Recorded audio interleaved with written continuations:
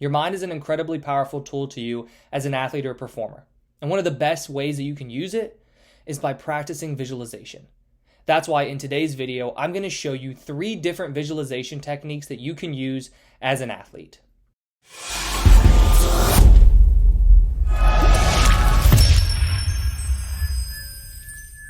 One word comes to mind when I think about visualization, and that is imagination. Visualization is simply the process that all of us probably did as a kid, where we went through and played make-believe and imagined all these ideas and these images and these magical lands in our minds. The only difference is now as an athlete or performer, you're going to be using this in a very deliberate manner to actually improve your performances. Whether we know it or not, we do visualization on a daily basis. You visualize when you're reading a book. You visualize when you're telling a story or you're listening to somebody tell a story. Visualization is defined just simply by creating a scene in your mind. It's as simple as that. And then we take the visualization and we apply it to different areas or different specific situations within our life or within our game. Now, why does this actually work? This is actually the interesting part for me. I love thinking about, why does visualization work? Why is it that, people talk about visualization a lot with the law of attraction. Why is it that when we visualize, things actually then happen in our lives? Looking at it from a sports psychology standpoint, the reason visualization works just so well is because of one word: memory. When you think about how to build confidence, what comes to mind? Experience? Having to see yourself perform well many times? Hours and hours of practice? Is that what builds confidence? Yes. But one of the things that's so difficult is building confidence when you struggle to perform well in the game, because you may build a little bit of confidence, but then you see yourself perform poorly in a game, and then you're back to square one. But visualization provides you with memory. It provides you with the opportunity to imagine these scenes and these situations within your mind so much that they are then seen as a real life event to your mind. It's all because the neurons in your mind, the neurons are what are firing when you are imagining these scenes.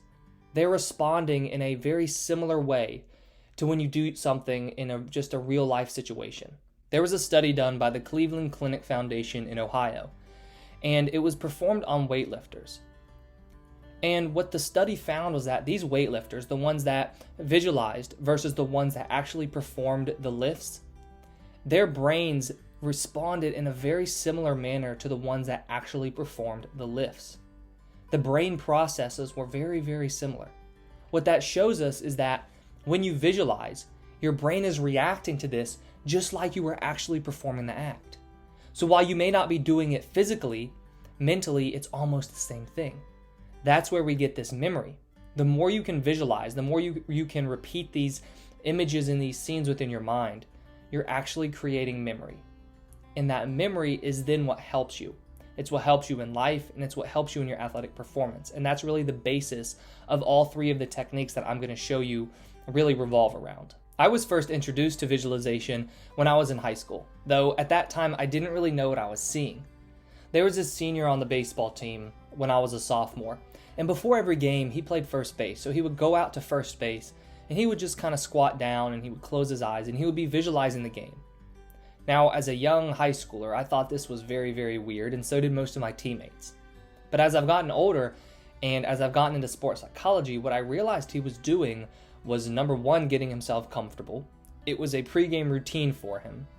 But he was using the power of his mind to make himself more relaxed, more comfortable, and more confident going into the game. Now, his performances definitely spoke for themselves because he was a really good hitter on the team and a phenomenal first baseman. As I got to college and as I began working with my own mental performance coach, visualization was one of those tools that he really taught me and we really focused on.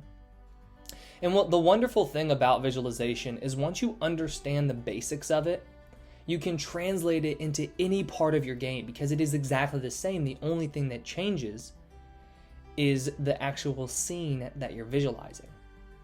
So that's why when we're starting our visualization practice, so with these 3 techniques that I'm going to talk about, the very start of them is always going to be the same. So that's what we're going to begin with. I'm going to show you how you can start your visualization practice. And then I will show you the different techniques that we're going to kind of plug into that. So every single visualization practice, no matter what you're visualizing, needs to really start the same.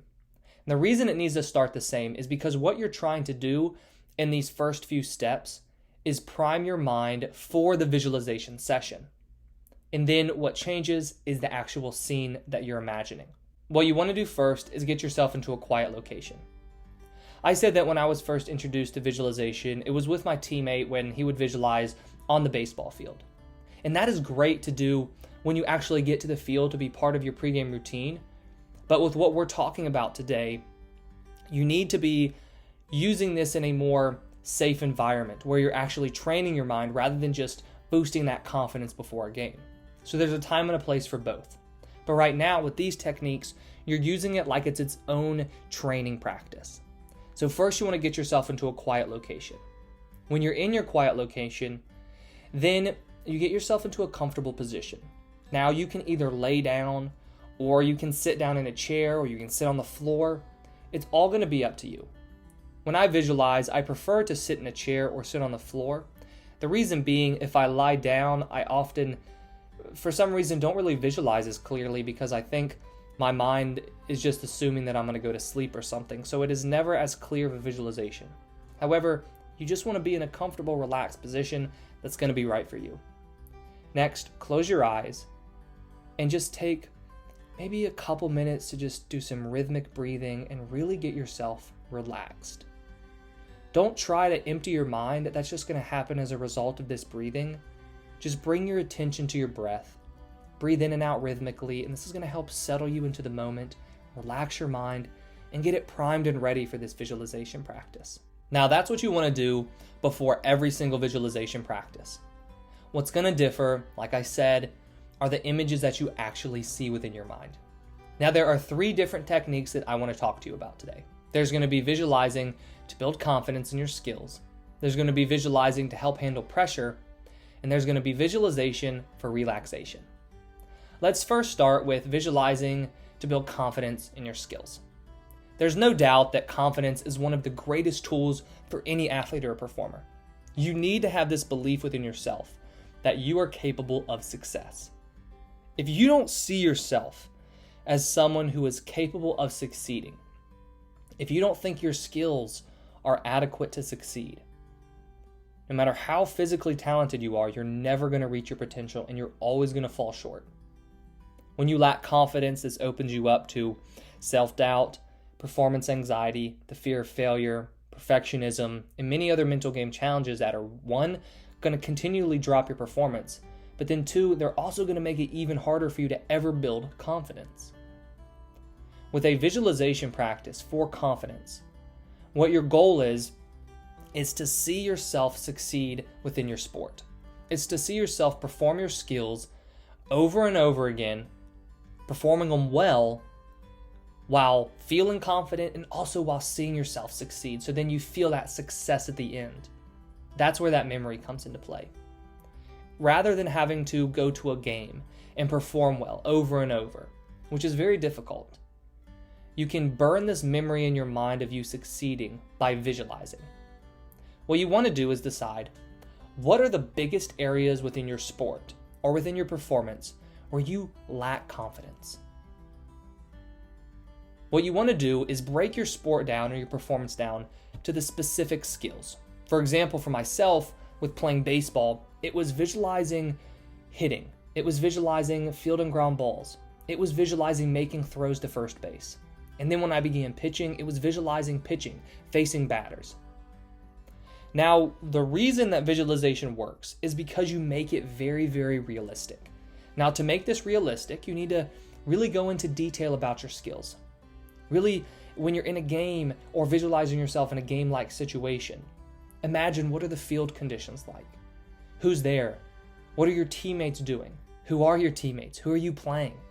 And then when you begin your activity or you begin your skill, you want to really feel confident while you're doing it. Force this feeling of confidence within yourself. And then perform the skill just like you normally do, and then at the end, feel successful. For example, if you're a basketball player, maybe it is visualizing yourself dribbling down the court, making a pass, making a cut to the basket, your teammate passing you the ball, you catching it and making a layup, and then feeling successful afterwards. You can even take this to a training environment where you just visualize yourself not in a game, but just simply practicing your skills. When you're building confidence through visualization, all that you need to do is repeatedly see yourself succeed within your sport or your performance, performing your skills over and over again to ingrain that memory within your mind, and feel confident while you're doing so and feel success when it's finished. The next visualization technique is visualizing to help handle pressure. Pressure is everywhere within sports. However, this pressure is only within your mind. It is only because you are perceiving a situation as having more weight than any other moment during the game. Now, attacking that part of your mind is very difficult because, of course, it's natural at the end of the game you're going to feel more pressure. If it's a tie game and you have the ball in your hand, of course you're going to feel more pressure. So what we want to do is get you feeling more confident and shifting your state, your emotional state, when you're in these moments. The visualization practice is going to look like this. You first want to really get yourself into the situation and create that scene in your mind when you feel the most pressure. You want to really feel that anxiety, feel that fear that you normally have in these moments. Instill that within yourself, because what that's going to do is show to your mind, hey, this is how I normally feel because of this environment. And the reason that you want to do that is because you want to get yourself making it feel very, very real, like you are in that pressure-filled situation, because of what you're going to do next. And what you're going to do next is you're going to flip the script. Now you are going to bring in a feeling of confidence and relaxation. So you're feeling anxious, you're feeling all this pressure, all these nerves. And once you get yourself to that point, you bring in a new feeling of confidence, relaxation, however you want to feel in those pressure-filled moments. And then just like with the visualization for confidence, you're going to see yourself perform well, you're going to feel yourself confidently performing, and you're going to feel successful once you've finished. Now for the third visualization technique, this is going to be visualizing to build this memory in your mind of relaxing. This is a really powerful one if you struggle with kind of extreme nerves or anxiety before performance. Because one of the best tools for that, or one of the best remedies, is going to be relaxing. Now for this one, what you're going to do is, it really has nothing to do with your sport or your performance. It's going to be visualizing your optimal relaxing environment. So think for a moment, when am I the most relaxed? Who am I with? What's going on? Where am I? What's the environment like? For myself, it's going to be at the beach. Maybe I am sitting at the beach reading a book. Maybe I'm walking on the beach with my family or my dog. Maybe I'm throwing the baseball for him on the beach. So for yourself, just think about, what is that environment where I feel at peace, I feel relaxed. Now for your visualization, this one's really fun because you're simply just going to imagine that. You're going to imagine that scene, you're going to put yourself into that environment, you're going to hear the sounds. So I would hear the sounds of the waves crashing on the beach. I would smell the salty air, I would hear the seagulls. I would feel my dog's fur as I pet him after he brings the ball back to me. You make the scene real for yourself.